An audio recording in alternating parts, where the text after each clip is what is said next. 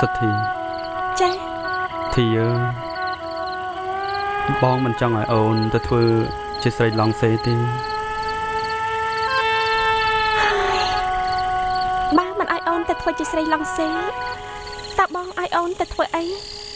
បងនេះក៏ពិការជើងទៅធ្វើការងារស្អីកើតហើយអូនក៏រៀនបានតិចតួចតែបងអាណិតអូនអាណិតវាស្វិតកាពះណាបងអូនយល់ពីអារម្មណ៍របស់បងហើយតែអូនគ្មានផ្លូវជ្រើសរើសតែនេះជាព្រំលិខិតឬក៏ជាកុកកម្ម